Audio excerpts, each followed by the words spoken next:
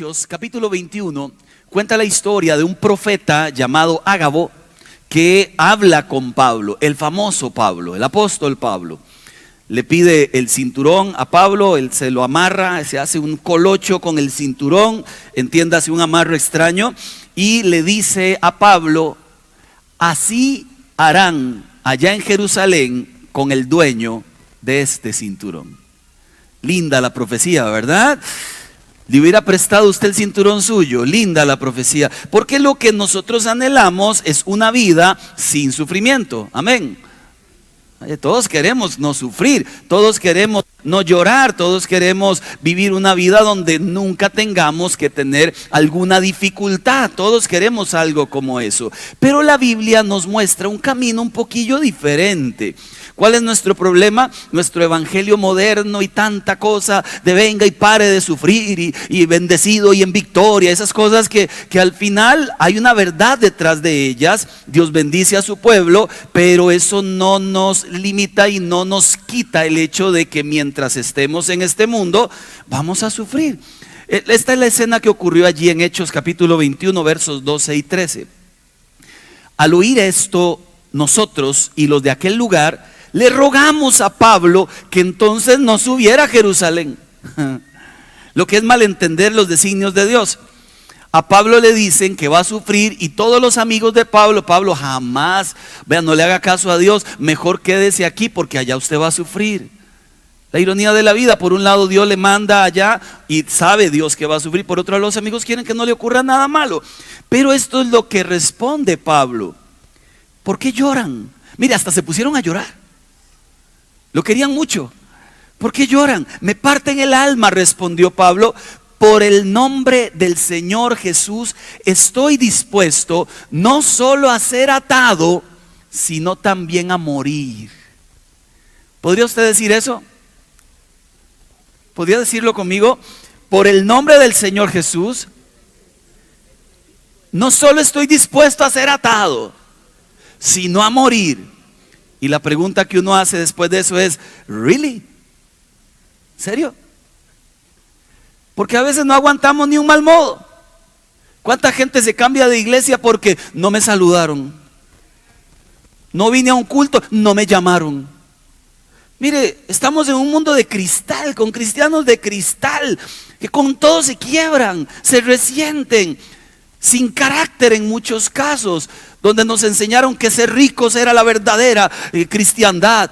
Alguien nos metió mentiras en la cabeza, porque el apóstol Pablo enseña otro camino, y se lo sigo insistiendo en Hechos 20:22. Dice Pablo: ahora estoy obligado por el Espíritu a ir a Jerusalén. Obligado no es que el Espíritu lo obligó, esto significa un profundo sentido del deber. No sé lo que me espera allí, dice Pablo, solo que el Espíritu Santo me dice que en ciudad tras ciudad me esperan cárcel y sufrimiento. Pero mi vida no vale nada para mí, a menos que la use para terminar la tarea que me asignó el Señor Jesús. Y esta es predicar la verdad de Cristo. Yo leo algo como eso y digo: ¿dónde nos perdimos, por Dios? ¿Dónde nos perdimos? Veo algo como eso. A él no le importaba sufrir. Quiero que sepa que cristianismo y sufrimiento han ido de la mano desde el inicio de la historia, por muchas razones que le voy a explicar más adelante. Entonces me hice la pregunta: nadie quiere sufrir, yo tampoco, pero si tuviéramos por alguna razón divina que sufrir, ¿estamos preparados? Esa es la pregunta. Y yo quiero responderla basándome en la gran tribulación. Mire, lo hablé como si fuera así muy tétrico, ¿verdad? Porque así será, muy tétrico. La gran tribulación. Vamos a ver qué dice la Biblia acerca de la gran tribulación, porque hay dos, por lo menos, posiciones muy centrales. Una que dice que la iglesia no la pasa y otra que dice que la iglesia sí la pasa. La pregunta del millón sigue siendo: ¿y si tuviéramos que pasarla? ¿Estamos listos? Le voy a explicar algunas cosas que son muy importantes. Mateo capítulo 24 verso 21. Palabras de Jesús: porque habrá una gran tribulación como no la ha habido desde el principio del mundo hasta ahora, ni la habrá jamás. Jesús profetizó un tiempo de sufrimiento en esta humanidad como nunca en la historia ha ocurrido ni ocurrirá después de ese. Es el evento final de la historia. Por eso nosotros somos llamados futuristas, porque creemos que todo lo que dice Apocalipsis, por lo menos del capítulo 4 en adelante, eso se ha de cumplir hacia el final de la historia. Entonces, dicho esto, voy a mostrarles un pequeño gráfico que hace 15 días lo expliqué, perdón, y todos los miércoles he estado hablando mucho de Apocalipsis. Es ese gráfico, traté de simplificarlo porque ayer lo puse un poco más complicado, pero vamos a simplificarlo. De Cristo a hoy es lo que hemos vivido, desde el día 1, desde Adán y Eva hasta hoy. Luego, de esa rayita hasta la otra rayita es lo que se llama la gran tribulación. El tiempo de la ira de Dios sobre la humanidad, pero está partido en dos pedazos. Dura 7 años, según Daniel y según Apocalipsis 13. A la mitad de esos 7 años, el anticristo se ha de manifestar en el templo de Dios nuevo que se ha de construir allá en Jerusalén. Y a partir de la mitad, bíblicamente, comienza el tiempo feo de la gran tribulación que dura 7 años. ¿Ok? Luego de esto viene el milenio, que le expliqué hace 15 días, un tiempo donde Jesús reinará con todos sus santos. ¿Con quiénes? No diga con todos los santos, diga conmigo. Sí, con los santos reinará. Cuidado, usted no se va en ese jet del evangelio, oiga, porque si no estamos fritos, ¿verdad? Literalmente. Lo cierto es que existen dos grandes posiciones acerca de ese tiempo de gran tribulación. El primero se llama, lo ven allá abajo, el dispensacional. Este punto de vista explica que antes de que comiencen esos 7 años, nos vamos con el Señor. Ven, mientras abajo está la gran tribulación, arriba nosotros celebrando las bodas del Cordero. Pero el otro punto de vista se llama, ¿cómo se llama? Abajo en verde, histórico. Este punto de vista habla de que no existe tal cosa como que esto ocurra antes de los 7 años, sino que ocurre al puro final de la gran tribulación, donde Dios nos lleva con Él y nos desciende aquí a la tierra y reinaremos con Cristo 1000 años. Las dos posiciones coinciden en que hay milenio, las dos posiciones coinciden en que seremos arrebatados, las dos posiciones coinciden en que reinaremos con Cristo 1000 años, pero una dice no pasamos gran tribulación y la otra sí. ¿Ok? Permítame explicarle un poquito la posición dispensacional, la primera. Aquí hago la pregunta que le hice ayer. ¿Cuántos quieren la primera? No se trata de lo que usted quiera. Ay, mejor no vengo a esta iglesia porque si aquí creen que la pasamos, mejor me voy a otra. Mire, aunque se vaya a otra, si la pasamos en la iglesia donde usted esté. ¿Me explico? No se trata de que yo quiera.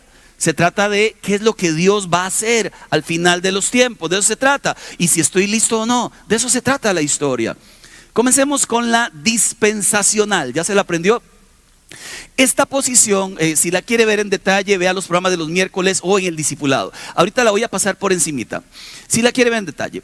Existió un hombre en el año 1836. ¿Cuál año? Es importante que se aprenda eso. Que se llamó Juan Darby, de los hermanos libres o de los hermanos Plymouth. Estos hombres sacaron esta posición diciendo que así sería la venida del Señor. Sería en 2 etapas. Primero vendría por su pueblo antes de la gran tribulación, pasaría con nosotros a las bodas del Cordero, mientras aquí existe la gran tribulación abajo, y luego descendería. Este hombre con los hermanos Plymouth fueron muy criticados por gente muy famosa del momento, de los predicadores pesados de aquellos tiempos. Algunas de las posiciones de esto: número 1, separan a Israel de la iglesia. Entonces ven que ese tiempo de gran tribulación, quien va a sufrirla en realidad son los judíos, porque la iglesia ya fue sacada. Número 2, la iglesia no sufre. En realidad hay un versículo por allí que dice que la iglesia no está dispuesta para el castigo venidero. Entonces se basa en un versículo como estos. Número 3, importante desde el capítulo 4 de Apocalipsis hasta el 19, la palabra iglesia no aparece más. Y justamente esos son los capítulos que contienen la gran tribulación. Entonces se entiende que si no aparece más, posiblemente lo que están diciéndonos es que la iglesia fue sacada en ese momento. Número 4, dice Primera de Tesalonicenses, y el Señor nos recibirá en el aire. Como no dice el texto literalmente que pondrá sus pies sobre la tierra, entonces lo que suponen es que nos recibió en el aire y se quedó con nosotros allí en el cielo en las bodas del Cordero. Y la última, que tiene un peso importante, hay más, pero escogí las más valiosas, es Noé y Lot. Jesús dijo: así como en los días de Noé, se estarán casando, se estarán comprometiendo, harán fiestas, hasta que Noé entró en el arca. Y entonces el diluvio vino. Entonces da la idea de que hasta que ocurrió algo, que salió la iglesia, la catástrofe se dio. El segundo es Lot. Así como en los días de Lot, la gente comía y se casaban y andaban en sus cosas. Dice la Biblia que entonces, hasta que Lot fue sacado de Sodoma y Gomorra, del cielo llovió fuego y azufre para destruir la maldad de aquel pueblo. Entonces estos dos versículos la gente los toma y dice: bueno, algo tiene que ser quitado para que la destrucción sobre la maldad de la humanidad venga. Recuerde algo: Dios es un Dios perfecto, justo. Todo lo que castiga es porque lo merece, y todo lo que alaba es porque lo merece. O sea, en Dios no hay cambio, Él es perfecto. Cuando comprendamos ese sentido de perfección, dejaremos de dudar por qué castiga y por qué no. Es que Dios sabe perfectamente lo que hace. Alguien dijo alguna vez que la gente en realidad es la que elige la condenación. Dios no quiere que nadie se condene. Dice la Biblia que el infierno fue creado para el diablo y sus ángeles, no para las personas. Pero cuando la gente rechaza a Dios, rechaza su verdad, rechaza vivir como Dios manda y viven como ellos quieren, están eligiendo un lugar que no fue creado para ellos. Porque el plan de Dios es salvar a la humanidad. Pero cuando la gente lo rechaza, la gente solita camina hacia aquel lugar que no fue destinado para los seres humanos. Ok, dicho esto, ya concluimos posición dispensacional, que es con la que hemos crecido toda la vida, ¿verdad? Yo la he predicado muchas veces, la enseñamos en discipulado. Pero vamos a leer algunos versículos de la posición histórica que creo nos tienen que hacer pensar un poquito acerca de, y si de verdad tenemos que pasarla, estamos preparados. Y ese es mi punto. Dos eventos acá sobresalen que son medulares para hablar de esta posición. Número uno, la primera resurrección. Y número dos, las bodas del Cordero. Hablemos de la primera resurrección.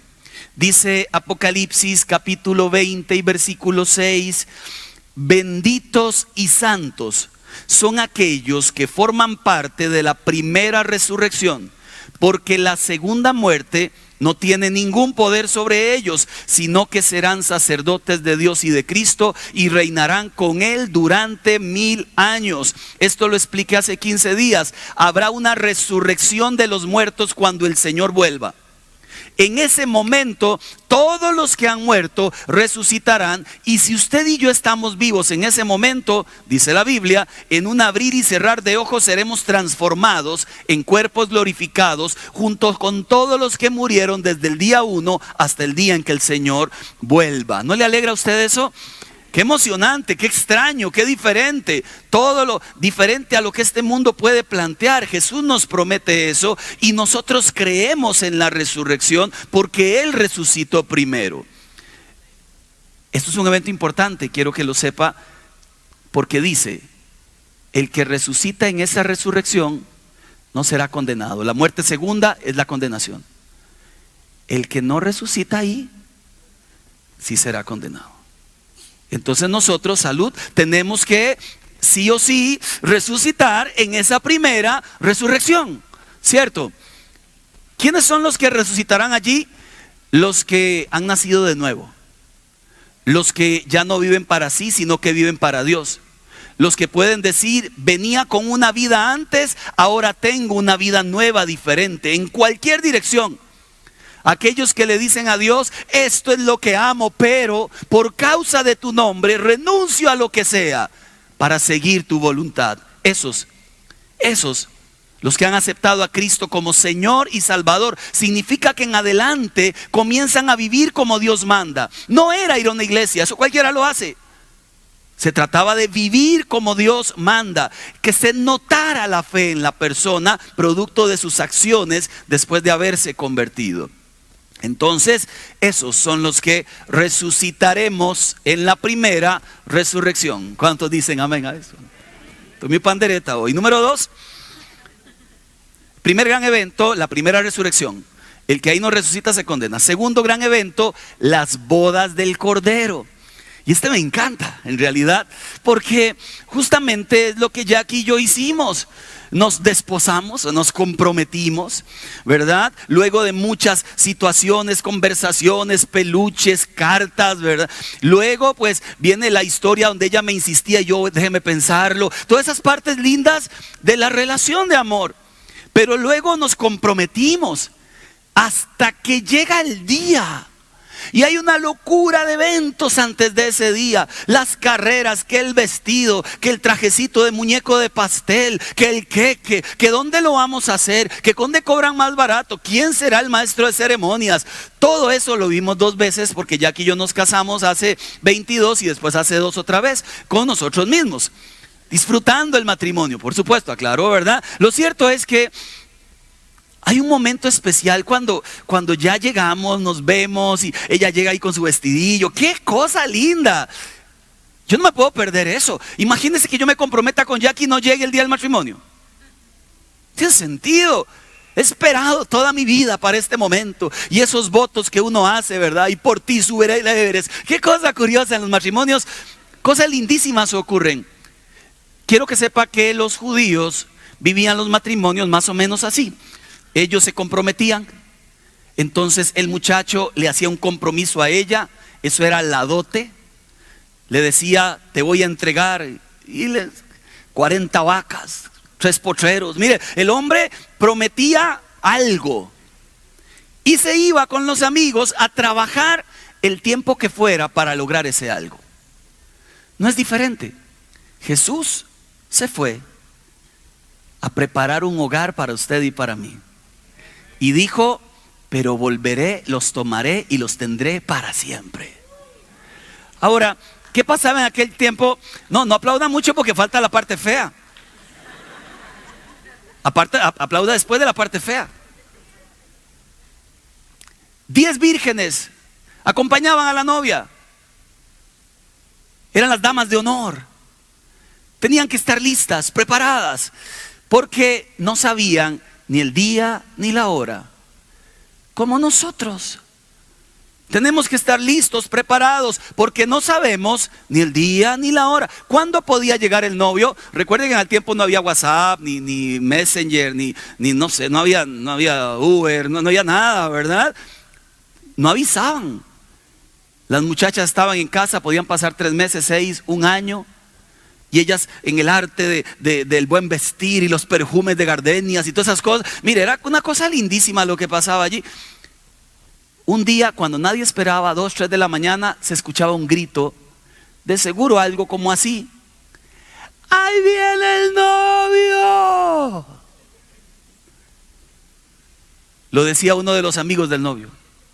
Ellos venían bailando, cantando por en medio del pueblo. Todas las lucecillas de las candelas comenzaban a encenderse en aquellas casas de adobe. La gente comenzaba a salir por las ventanas. Era un evento comunitario. Toda la comunidad sabía que la hija de Chachito se casaba. Todos lo sabían. Y todos salían emocionados. Las que más tenían que estar emocionadas, ¿quiénes eran? Las 10 vírgenes.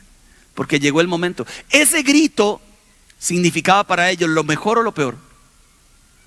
Para la que está lista, lo mejor. Para la que no está lista, lo peor. Y el novio entonces se llevaba a su novia y a aquellos que estuvieran listos. Las bodas del Cordero, ningún cristiano puede perdérselas. Ningún cristiano puede perderse ni la primera resurrección ni las bodas del Cordero. Dicho esto, yo quiero que quede muy claro y muy asentado en actas.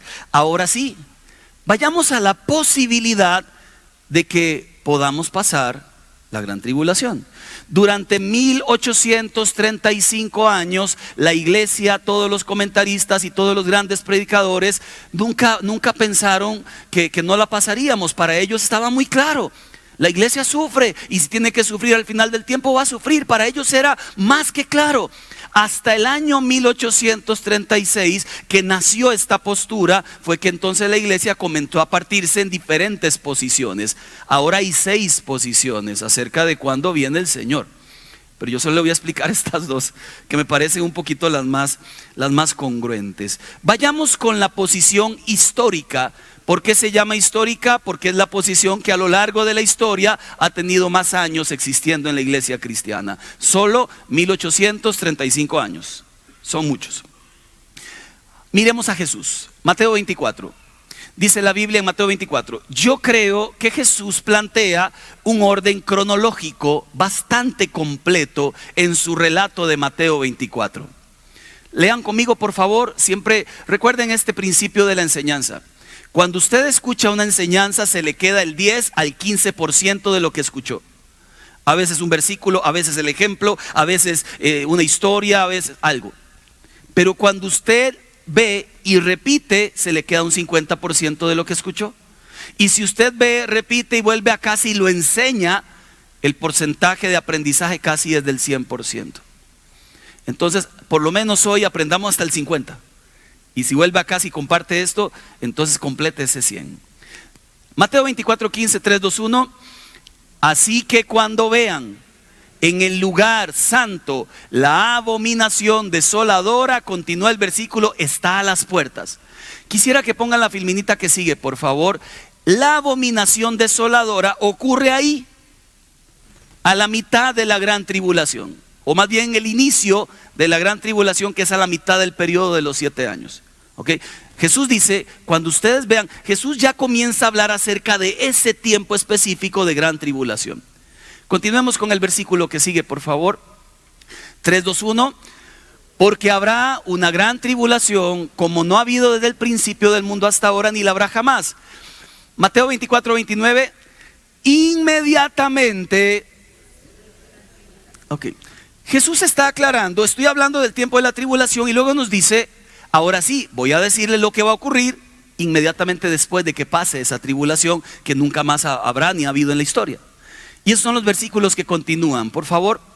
Mateo 24, 30, 3, 2, 1. Verán al Hijo del Hombre venir sobre las nubes del cielo con poder y gloria. Lo que esperamos, el grito de ahí viene el novio. Mateo 24, 31.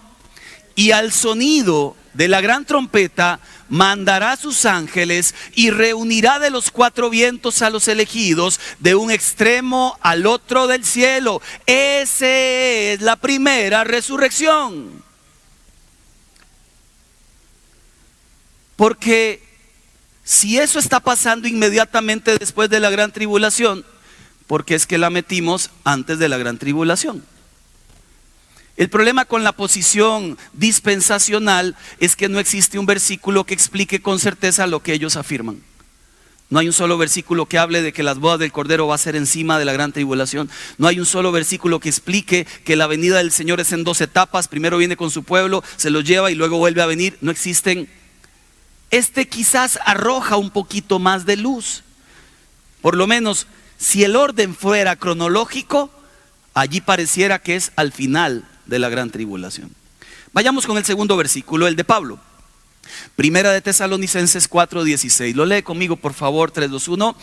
El Señor mismo descenderá del cielo con voz de mando, con voz de arcángel, con trompeta de Dios, y los muertos en Cristo resucitarán primero, en la primera resurrección. Luego los que estemos vivos, los que hayamos quedado, seremos arrebatados junto con ellos en las nubes para encontrarnos con el Señor en el aire. Ese es el rapto, y así estaremos con el Señor para siempre. En ningún lugar Pablo afirma que esto va a ocurrir y que luego el Señor va a volver 7 años después. Es un solo evento.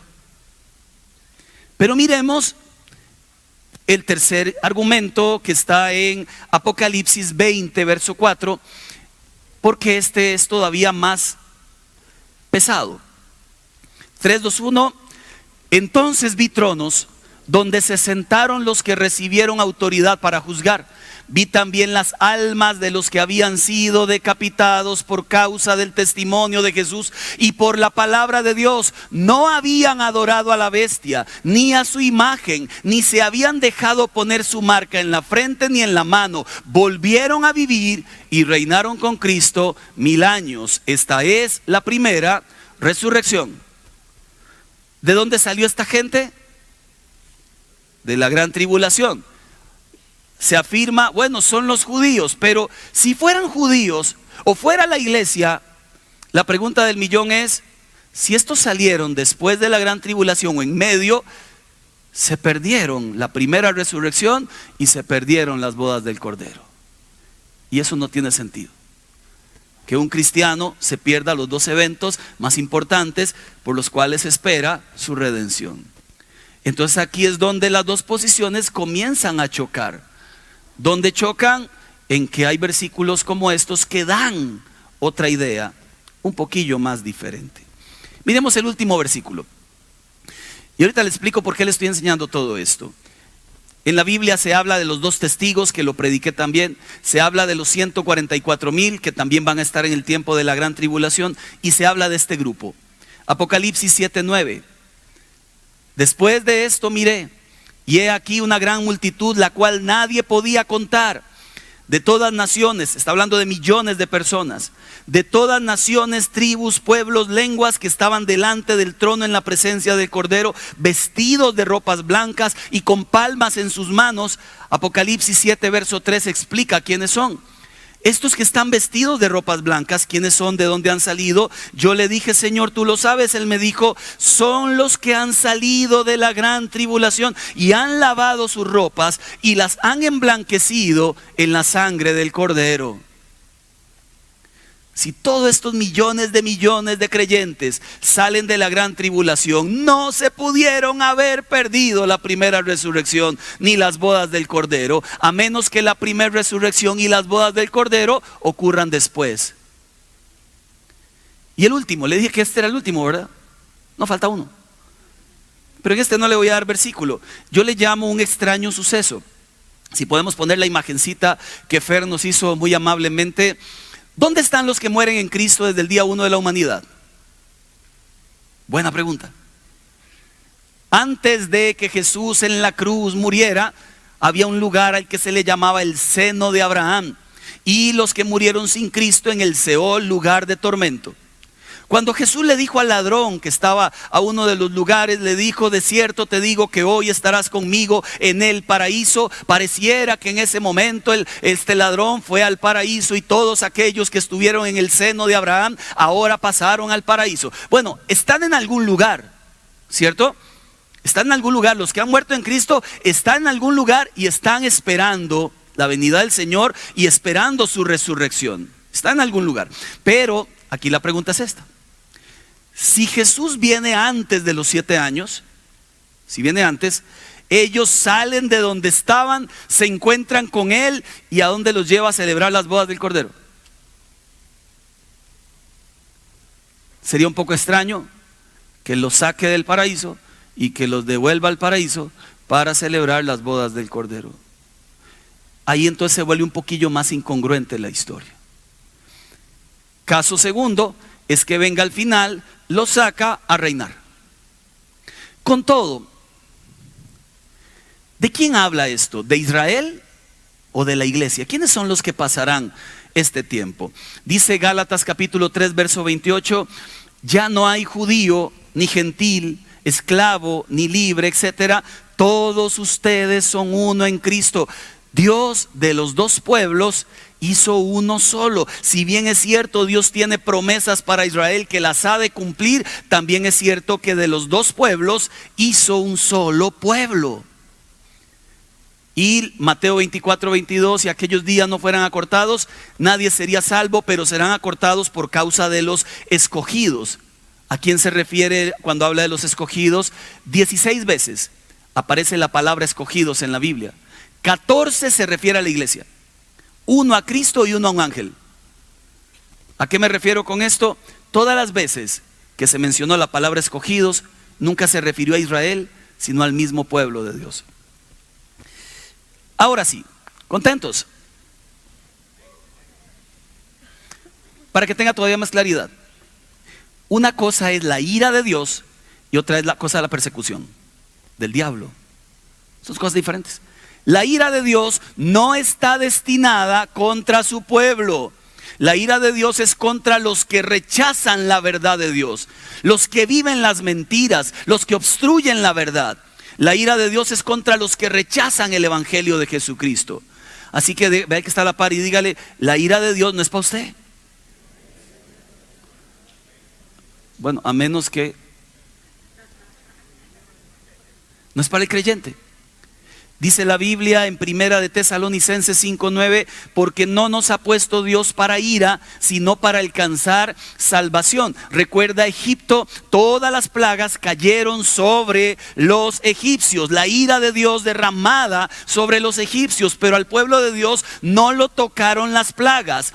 ¿Quién tocó al pueblo de Dios? El faraón.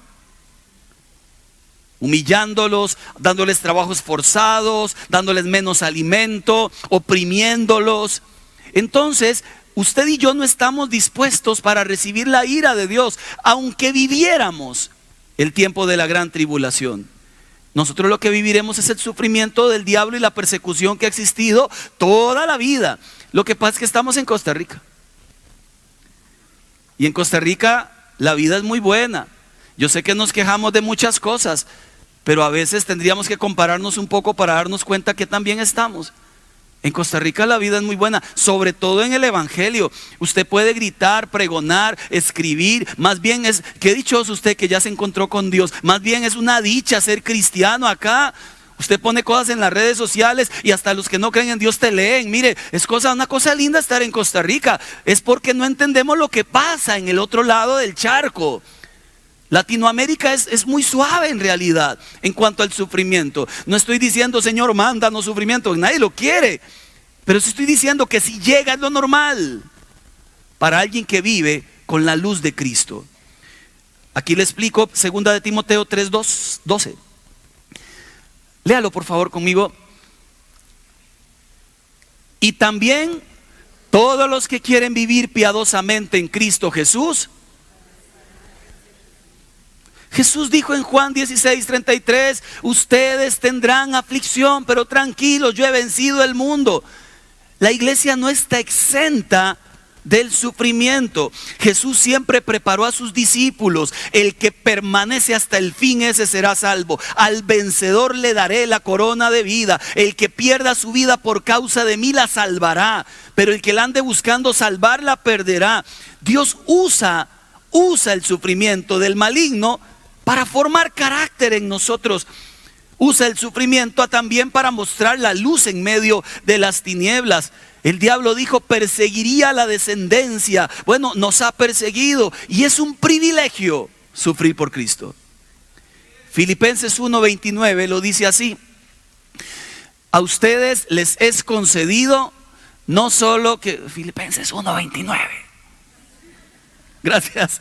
Porque a ustedes se les ha concedido no solo creer en Cristo, sino también sufrir por Él. ¿Dónde nos perdimos en el camino? No teníamos que habernos perdido en el camino. Teníamos que entender que sufrir es una posibilidad en Dios, que todo cristiano debe estar listo para ella.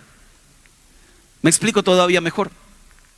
Tengo un buen amigo allá en Honduras, en Juticalpa. Es una zona a 4 horas del centro. Llegó el avión, me recogió este muchacho, me iba a llegar a enseñar a unas conferencias allá de familia. Y tuve 4 horas para hablar con él. De camino se animó y me contó: pastor, vieras que la semana pasada, un par de semanas atrás, me raptaron aquí en Honduras. Y yo le pregunté dónde. Y me dice: ¿ahí para dónde vamos? Entonces dije: Señor, ¿por qué? Pero bueno, ya va uno con una idea diferente. Una vez me invitaron a Nuevo León, México, y cuando aterricé en el aeropuerto, el que me invitó me dijo: fíjate que al frente de la iglesia ayer unos narcos asesinaron a una muchacha de la iglesia. No importa, predica. Y ella estaba ahí, ¿verdad? En cambio, si me hubiera dicho desde aquí, igual voy. Llego a Honduras, todo el camino y ¿qué pasó? Cuéntame, porque aquí me estás hablando. ¿Vienes conmigo? Entiendo que todo salió bien. Y me dice, sí, me dice. Me encapuchan, me amarran y comienzan a decirme, ¿dónde está la plata? Lo venimos siguiendo hace días, usted tiene plata guardada, qué sé yo. Yo soy un empresario, una empresa pequeña, dice, pero plata tengo que buscarla todos los días. Yo no tengo ahorros. ¿No? Entonces me llevaron al cajero para que sacara no sé cuánto y que le diera la clave. Dice todo. Y luego que tenía que darle la plata. Yo no tengo plata. Entonces, en serio, si hubiera tenido, se las doy. Yo precio mucho mi vida. Y me llevaron a unas colinas y me seguían hablando, como decir a la abuelita allá arriba por la cruz. Las colinas de arriba. Y él comenzó a llorar, a orar. Señor, me van a matar. Dios, está asustado, lógico. ¿Quién no? Ya solo lo meten a uno en esa cosa. Imagínense las palpitaciones del corazón. Imagínense el susto.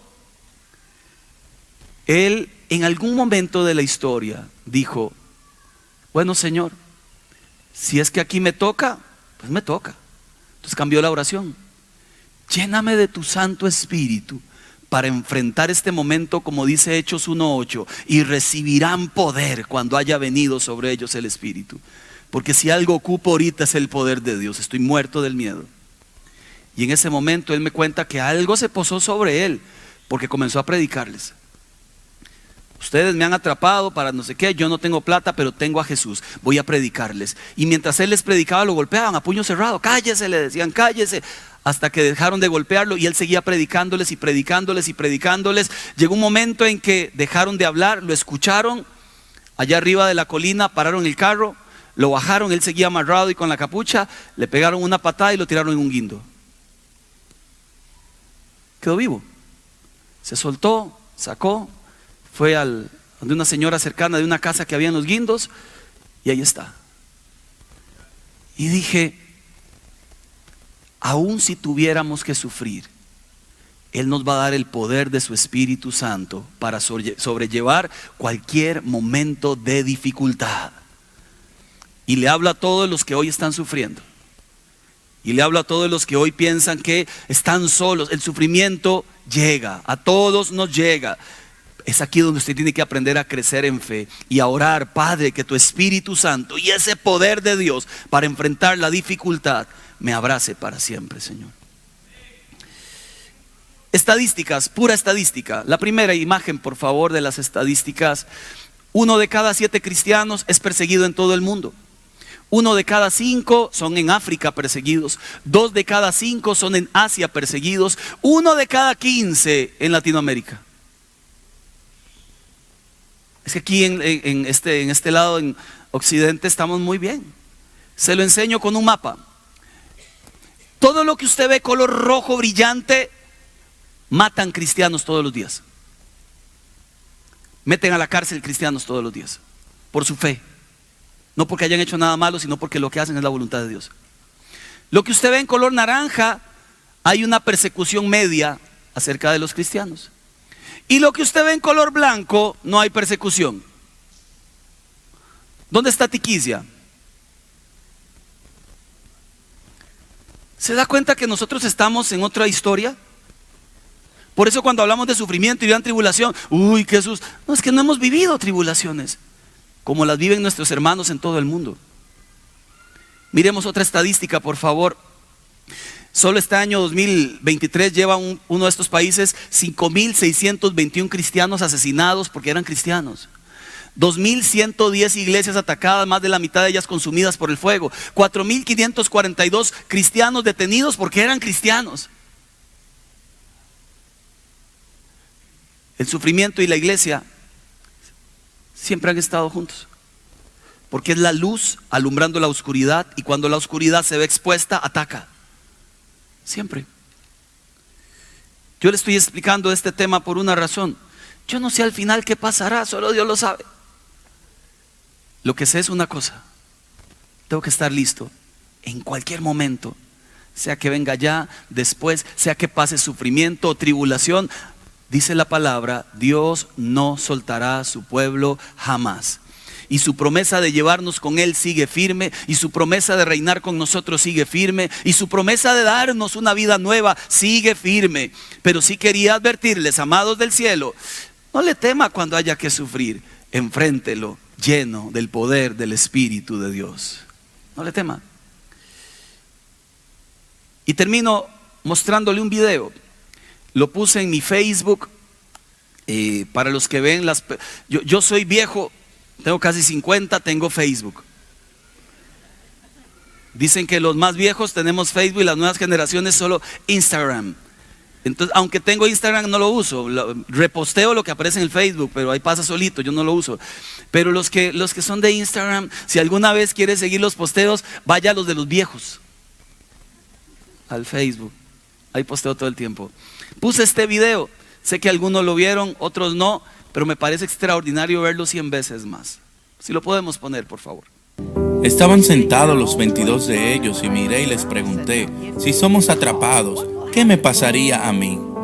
Dijeron: bueno, te deportarían en 24 horas e iríamos a prisión por 3 años. Les dije: están relajando. ¿Cuántos de ustedes han estado en prisión por su fe? Y de los 22, 18 levantaron las manos. Ni pensarlo. Y les pregunté: ustedes los 22, ¿cuántas personas supervisan? Porque ellos eran líderes de grupos cristianos clandestinos en la provincia. Si contaran todas las personas en su jurisdicción, ¿cuántas serían? Y ellos contaron un poco más de 20 millones. Y les dije: ¿qué? Porque olvidamos que hay más de 1.3 billones de personas en China. Esto es loco.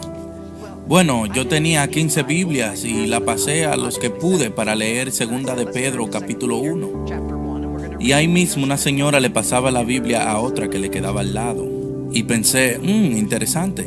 Como quiera fuimos al escrito y mientras empezábamos a leer entendí el por qué ella había prestado su Biblia.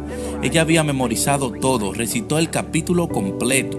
Y cuando acabó, fui a hablar con ella en receso y le dije: ¿acabas de recitar el capítulo entero? Y dijo: oh sí, me he aprendido muchos capítulos. Le dije: ¿dónde memorizaste tantos capítulos? Ella dijo: en prisión. Uno tiene bastante tiempo en la prisión. ¿Pero no te confiscaron la Biblia? Ella dijo: sí, pero la gente trae la palabra escrita en pedazos de papel y la infiltran. Y le dije: pero si te encuentran el papel, ¿no lo confiscan? Me dijo: sí, pero por eso te lo memorizas lo más rápido posible. Porque puede que te quiten el pedazo de papel, pero no te podrán quitar lo que está escrito en tu corazón. Y pensé: wow. Bueno, después de 3 días te enamoras de estas personas.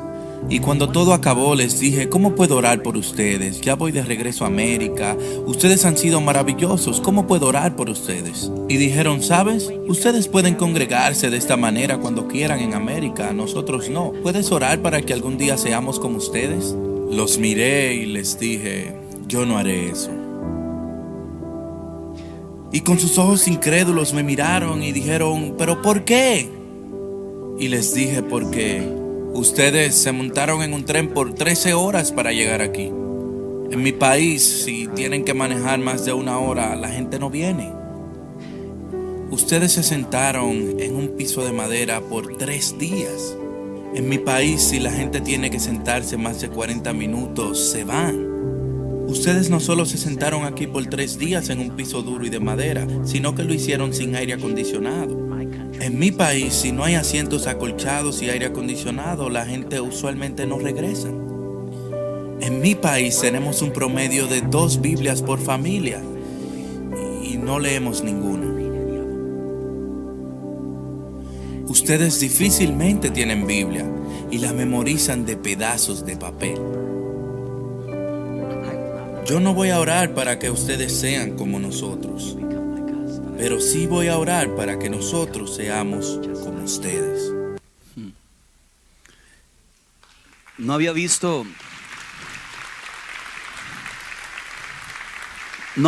un video tan corto y tan demoledor con sus principios. No había visto. Pregunta: ¿estás preparado? ¿Ya naciste de nuevo? ¿Ya soltaste los pecados que tenías que haber soltado? Hay chiquillos que en los noviazgos siguen haciendo lo que no deben, como si fuera una gran gracia, y respetándose y respetándolas a ellas. Hay gente adulta que sigue coqueteando con el adulterio. Y la Biblia enseña que quien camina al adulterio camina a la muerte. Hay gente que sigue pensando que su estilo de vida es el que ha elegido y es lo que usted siente ser, sin darse cuenta que Dios te dio una identidad. Está en nosotros. Todos llegamos a Cristo con un montón de bagaje encima, con un montón de historia encima. A veces el mayor sufrimiento es soltar aquello que nos da todo en la vida, pero a veces tenemos que soltar aquello por abrazar lo que nos da en realidad todo en la vida, que es el amor de Dios. ¿Estás listo? Si tuvieras que sufrir. Estaba viendo una serie de HBO que se llama Bands of Brothers, Hermandad en la Trinchera, o Bandada de Hermanos, de la Segunda Guerra Mundial. La hizo Steven Spielberg y Tom Hanks, los monstruos de la producción de cine. Hay una escena particular que siempre que la veo me evoca a la iglesia. Este soldado llamado Blight está metido en una trinchera. La trinchera es un hueco de tierra que ellos mismos hacen con una palita pequeña. Allí se meten dos, allí viven, allí conversan, de allí atacan para que no los descubran, etc. Los atacan por sorpresa. Blight está solo y cae en pánico. No sé si alguna vez ha tenido un ataque de pánico. Es horrible.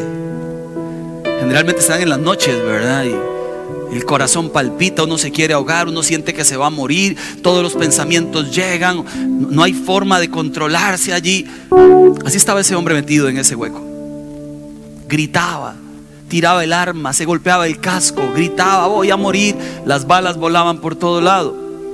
Un teniente Spears, hasta me sé los nombres, lo miró desde afuera de la trinchera y le dijo: ¿qué le pasa?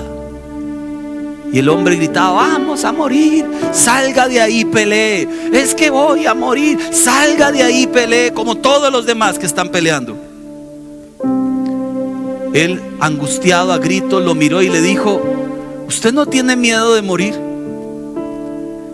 Y el teniente le dijo: desde que puse un pie en la guerra, me di por muerto. Ya yo morí cuando llegué aquí. Entonces no le puedo tener miedo a la muerte porque ya morí. Me evoca tanto al cristianismo, cuando la Biblia enseña que nosotros ya estamos muertos a esta vida, pero vivos para Dios. Entonces ya el sufrimiento no nos preocupa tantísimo, porque ya morimos. Desde que pusimos un pie en el cristianismo ya morimos y decimos: hágase tu voluntad, Señor, y no la mía. ¿Cierto? Póngase de pie, por favor, iglesia. Quisiera que agradezcamos un ratico la bondad de Dios con nosotros y que oremos por aquellos que sufren. Y quisiera que oremos hoy por aquellos que sufren acá, porque posiblemente hay gente aquí que también sufre. Tal vez no de estos sufrimientos tan groseros que están viviendo otros hermanos en Cristo, pero igualmente sufrimos nosotros también. ¿Podría usted levantar sus brazos al cielo y cantar esta canción? Mi alma estaba rota y herida, pero tu gracia la restauró. Manos vacías que tú llenaste, soy libre en ti, soy libre en ti. Oh, sublime gracia del Señor, que a un pecador salvó. Oh, fui ciego, mas hoy veo yo, perdido y Él me halló, y ahora puedo ver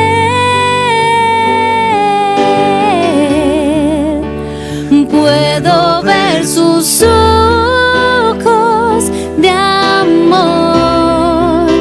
El quebrantado fue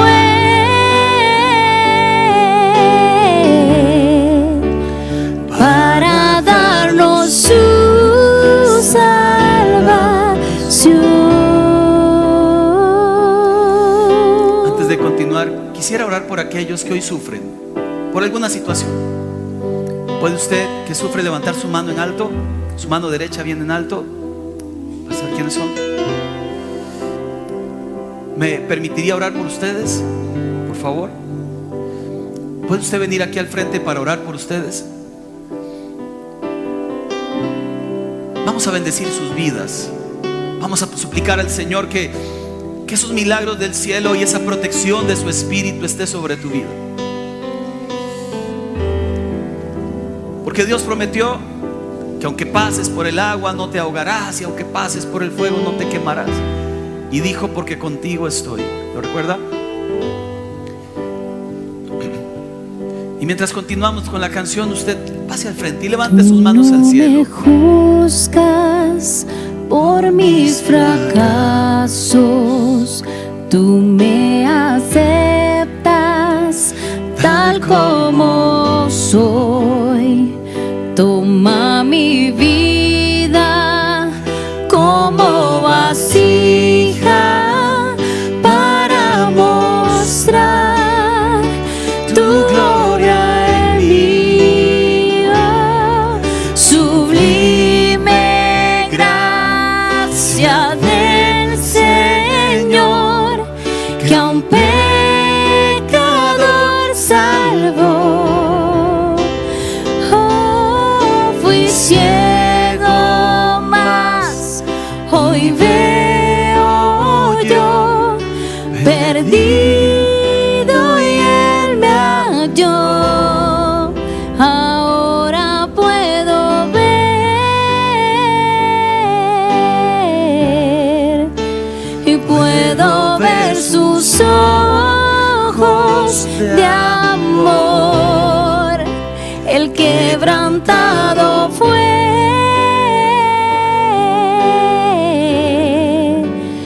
para darnos su salvación.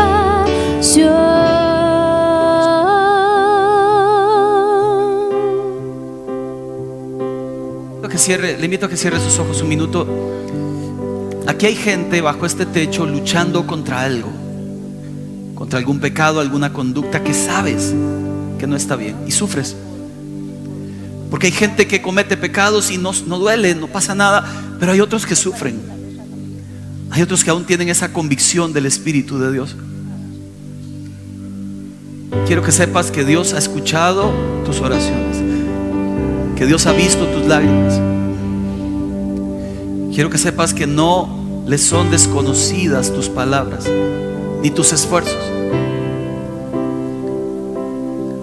Porque cuando Dios es capaz de encontrar un corazón que intenta, que se esfuerza, su gracia se derrama sobre ese corazón. Así que no te desanimes para nada. Que Él te llamó conociéndote, que Él te llamó sabiendo que lucharías, sabiendo que pelearías, pero no te rindas, porque Dios te llamó para algo mejor que lo que estás viviendo. Te llamó para algo más grande que esta pelea grosera, diaria, que enfrentas con el pecado, con el deseo. Dios te llamó para algo mayor. Así que con tus manos en alto, dile a Dios: aunque sufro, Señor, seguiré peleando mi batalla para hacer tu voluntad. Y usted que pasó al frente, independientemente de la razón, con sus brazos bien en alto, dígale a Dios: lléname de tu Espíritu, de ese que me da fuerza para enfrentar la dificultad, de ese que me da fuerza para avanzar, de ese que me da fuerza, Señor, para enfrentar la adversidad, para enfrentar el sufrimiento. Tu palabra enseña, Señor, y recibirán poder cuando haya venido el Espíritu Santo sobre ellos, y testificarán y hablarán de las grandezas de Dios, Y aunque tuvieran oposición, hablarán de las grandezas de Dios, porque Dios llenará tus labios con sus palabras. Porque Dios te sacará de en medio del ahogamiento, te dará alas para volar. Hoy oramos bendiciendo a toda la gente que ha pasado aquí al frente, sabedores de que tú conoces sus historias, de que tú conoces sus corazones, de que tú sabes, Señor, sus vidas. Dile a Dios conmigo: te entrego lo que soy, mi sufrimiento, mi pesar. Te entrego, Señor, el futuro, porque yo lo desconozco.